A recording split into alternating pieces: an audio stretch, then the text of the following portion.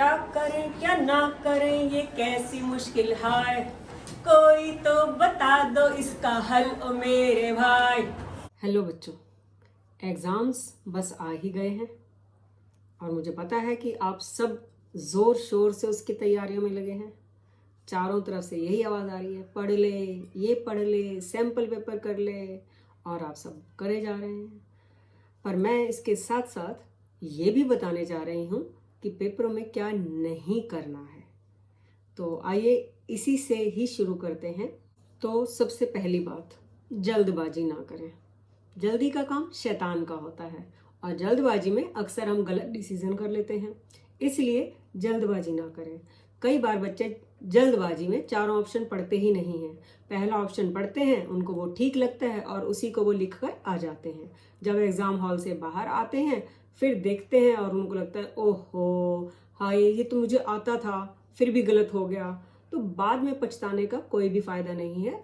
बैठना आपको 3 घंटे है ही, इसलिए आराम से पेपर को पढ़ें, समझें और फिर लिखें।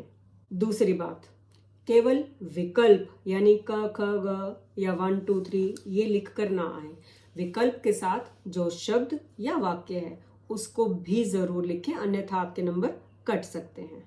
और सीरीज भी वही लिखें जो क्वेश्चन पेपर में है, यानी अगर आप ऑप्शन में 1 2 3 और 5 कर रहे हैं तो वही लिखें, 1 2 3 और 4 बिल्कुल भी ना लिखें।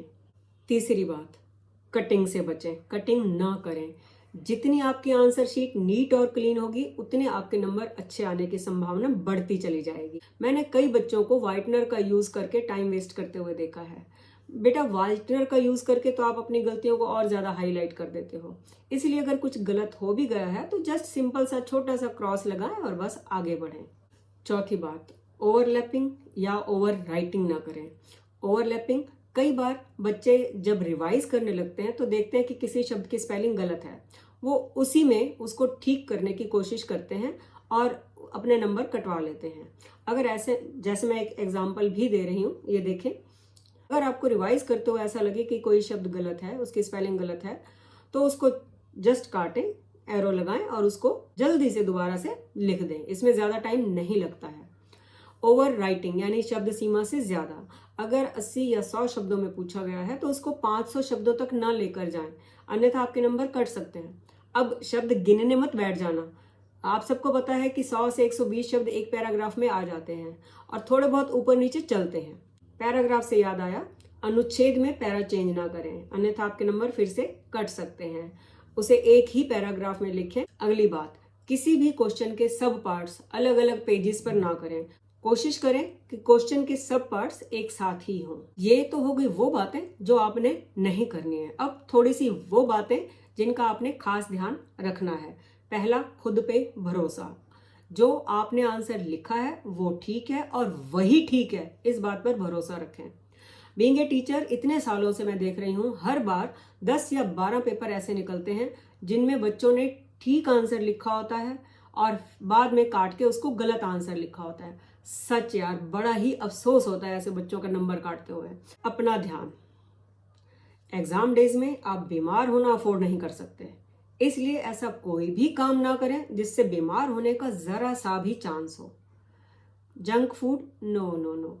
दूध पिएं, पानी ज्यादा पिएं, घर का बना हुआ खाना खाएं, फ्रूट्स खाएं, फाइबर्स खाएं। थोड़े दिनों की बात है, फिर कर लेना पार्टी जितना जी चाहे। बस एग्जाम्स में ठीक रह लो, अपना ध्यान रख लो और जितना लाइट खाना खाओगे उतना माइंड फ्रेश रहेगा। ये अब तुम्हारे ऊपर है, जंक खाना है या घर का खाना है।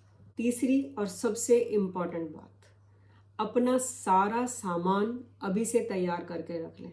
आपके पेंसिल बॉक्स में सब कुछ होना चाहिए, एक्स्ट्रा होना चाहिए, कम नहीं होना चाहिए। अपना एडमिट कार्ड, अपना आई कार्ड, सारा कुछ एक ही जगह पर रख लें ताकि कुछ छूटने का कोई भी चांस ना रहे। याद रखें, मंजिल उन्हीं को मिलती है जिनके सपनों में जान होती है। पंखों से कुछ नहीं होता, हौसलों में उड़ान होती है। आप भी अपने हौसले बुलंद रखें, लग जाएं और बहुत अच्छे नंबरों से पास हों।